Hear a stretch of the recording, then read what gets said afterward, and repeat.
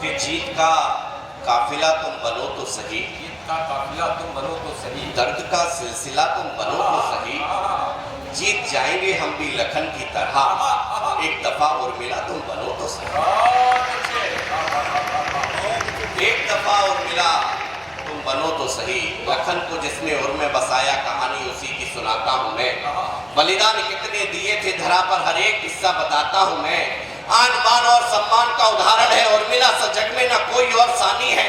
14 बरस कैसे दूर रही उर्मिला जी, बस पतिव्रत धर्म की कहानी है।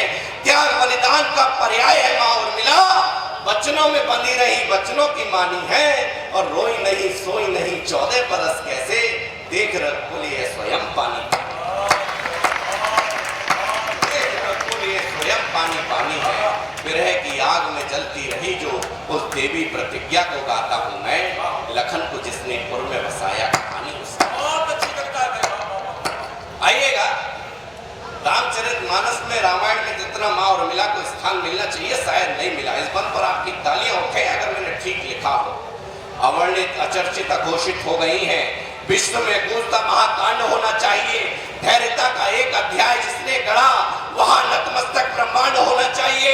लिख जाए ऐतिहासिक कहानी ऐसी कोई जो लिखे वो पंडित प्रकांड होना चाहिए। मेरी मानो तो छूट गया है एक भाग बस, रामायण में उर्मिला कांड होना चाहिए। ग्रंथ में जो छूट गई पंक्तियां लिखने से, ग्रंथ में जो छूट गई पंक्तियां लिखने से, वही आज तुम्हें पढ़ाता हूं मैं। लखन को जिसने उर में बसाया कहानी उसी की सुनाता हूँ। इस कविता का अंतिम मन पढ़कर अपना स्थान लेता हूँ।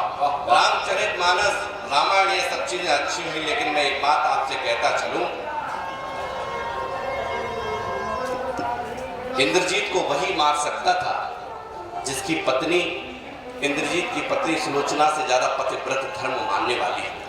निवेदन करना चाहता 14 साल वचन निभाती रही उर्मिला, सोती रही तभी लखन आंख नीचते नहीं, होती नहीं रूप खुद जगदम्बे मात का तो कुटिया में 14 साल यूं बीतते नहीं। शक्ति थी प्रियसी के समीप में लखन लाल के, कहो कैसे राम भक्त प्रतिज्ञा खींचते नहीं। मेघनाथ बलशाली योद्धा था पराक्रमी वो, उर्मिला ना होती तो लखन युद्ध जीतते। लंक विध्वंस में तपस्या रही जिसकी, उस देवी प्रतिज्ञा को गाता हूं मैं। लखन को जिसने उर में बसाया